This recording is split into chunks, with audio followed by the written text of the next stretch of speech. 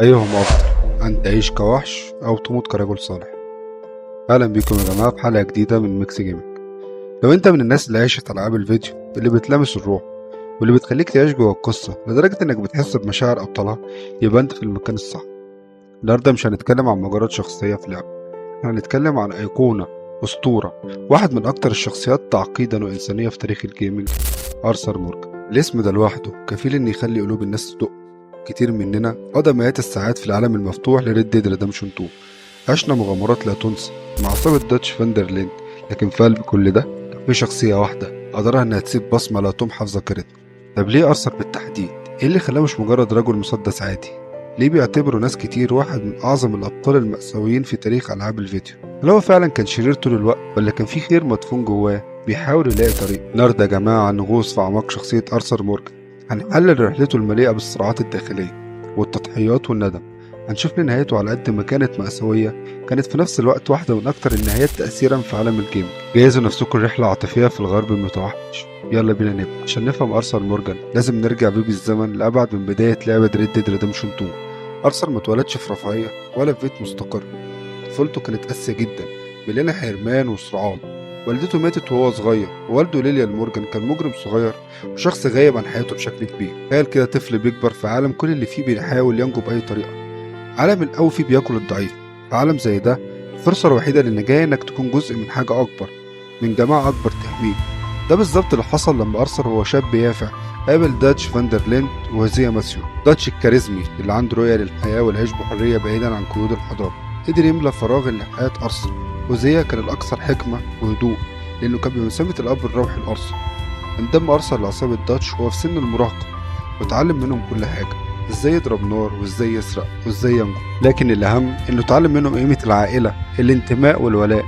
بالنسبة لأرثر العصابة دي ما كانتش مجرد مجموعة من المجرمين، دي كانت عيلته، كانت كل حاجة يعرفها في الحياة. نشأ أرثر على مبادئ داتش، احنا بنسرق الأغنياء عشان ندي الفقراء. على الأقل ده داتش اللي كان بيقول. أرثر كان بيشوف نفسه مجرم بس شريف، بيتبع مبادئ معينة، عمره ما كان بيأذي الضعفاء أو الأبرياء بدون سبب. السنين مرت وأرثر بقى الدراع اليمين لداتش، أكتر واحد بيعتمد عليه في أي مهمة خطيرة. هو المحرك الأساسي للعصابة، هو اللي بينفذ العمليات، هو اللي بيجيب فلوس، هو اللي بيحمي الكل. لكن مع كل عملية سرقة أو مواجهة كان في حاجة بتتغير جواه.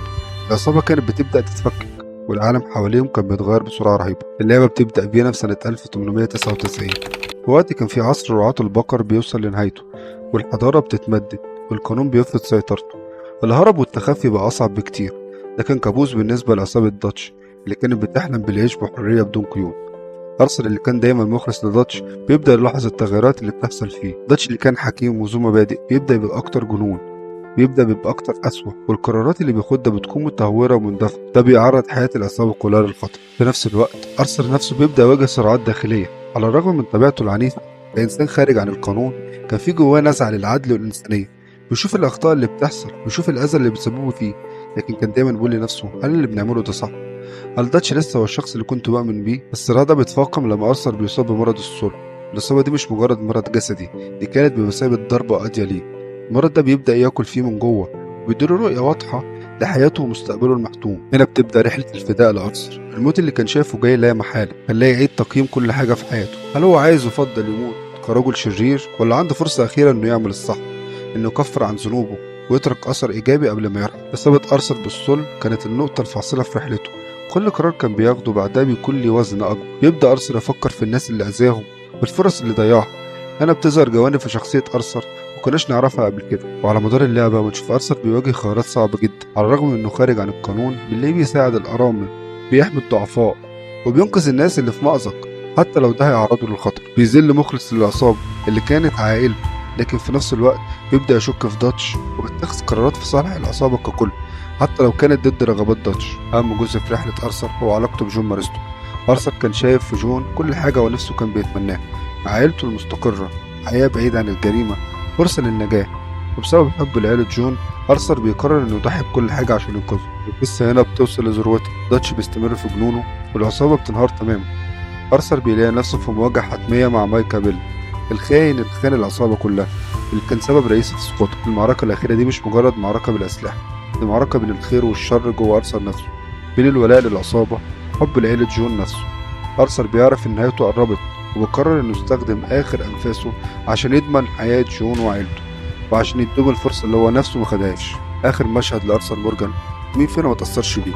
سواء اخترت أرثر يكون شرير أو سواء اخترت أرثر يكون طيب، النهاية كانت واحدة. أرثر بيموت، لكن الطريقة اللي بيموت بيها هي اللي بتفرق. لو أنت لعبت بأرثر الطيب بنشوفه بيموت بسلام نسبي، هو بيتأمل في غروب الشمس بعد ما نجح في مساعدة جون للهروب. بيقضي لحظاته الأخيرة وهو عارف إنه عمل الصح، إنه كفر عن ذنوبه وإن حياته مرحتش هباء. بيقابل مصيره بشجاعة وبكرامة. أما لو كنت لعبت بأرثر كشرير فالمشهد بيكون أقسى وأكتر إيلاما. بيموت بائس منهك ويمكن على إيد مايكا بيل أو بسبب المرض بدون أي شعور بالسلام، وده بيوريك قد إيه اختياراتنا بتفرق في النهاية. يا ريت تكون اخترت إن أرثر يكون طيب في النهاية أرجوك. بغض النظر عن اختيارك، موت أرثر كان قاسي لكنه كان ضروري عشان يكمل قصة الفداء، عشان يمهد الطريق لقصة جون مارستون في الجزء الأول من اللعبة. أرثر ضحى بنفسه عشان أصدقائه، عشان فرصة لمستقبل أفضل. تأثير أرثر ما بيوقفش عند موته، رحلته دي بتخليك تفكر، هل ممكن الإنسان عايش حياته كلها خارج عن القانون إنه اتغير؟ هل ممكن لندم إنه يفتح طريق للفداء؟ أرثر مورجان أثبت لنا إن الإجابة هي نعم.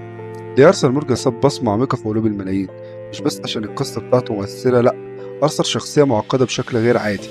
أرثر كان قاتل ولص، لكنه كان عنده قلب، كان بيتعاطف مع المظلومين، كان بيحس بالضعفاء، كان بيحاول يساعدهم. التناقض ده خلاه شخصية حقيقية وملموسة. رحلته من مجرم عديم الرحمة إلى شخص بيبحث عن الخلاص هي قصة عالمية، قصة ممكن أي حد فينا يعيش. كلنا بنغلط، كلنا بنبحث عن فرصة تانية إن احنا نصلح أخطاء. أرثر عمره ما أنكر أخطاء، بل بيواجهها. برضه خلاه يشوف الدنيا بوضوح، والندم على أفعاله السابقة هو اللي دفعه للتغيير. نهايته المأساوية لكن البطولية كانت بمثابة الخاتمة المثالية لقصته. موت أرثر كان مؤلم، لكنه كان قمة في الفداء والبطولة. أرثر مورجان مش مجرد شخصية في لعبة فيديو، هو انعكاس لينا كلنا، للخير وللشر اللي جوانا، للصراعات اللي بنواجهها، وللأمل في إننا ممكن نتغير للأحسن. أرثر بيوريك إن حتى في أحلك الظروف وفي نهاية الطريق ممكن تلاقي فرصة للفداء، لترك بصمة إيجابية وللموت بكرامة.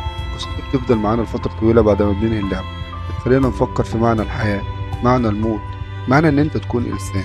وبكده نكون وصلنا لنهاية حلقتنا عن أسطورة أرثر مورجان. أتمنى تكون الرحلة دي ممتعة ومؤثرة بالنسبة لكم زي ما كانت بالنسبة لي. ما تنسوش يا جماعة تقولوا لي في التعليقات تحت إيه أكتر لحظة أثرت فيكم في قصة أرثر، وإيه أكتر حاجة حبيتوها في شخصيته. لو عجبتكم الحلقة ما تنسوش تعملوا لايك وتشتركوا في القناة. لو لسه مشتركتوش اشتركوا في القناة وفعلوا الجرس عشان ده بيفيد فعلا. أشوفكم في حلقة جديدة ومغامرة جيمنج تانية. لحد وقتها خليكم آمنين وخليكم فاكرين، حتى في أحلك الظروف ممكن يكون في أمل الفداء، ممكن يكون في أمل الخلاص. سلام.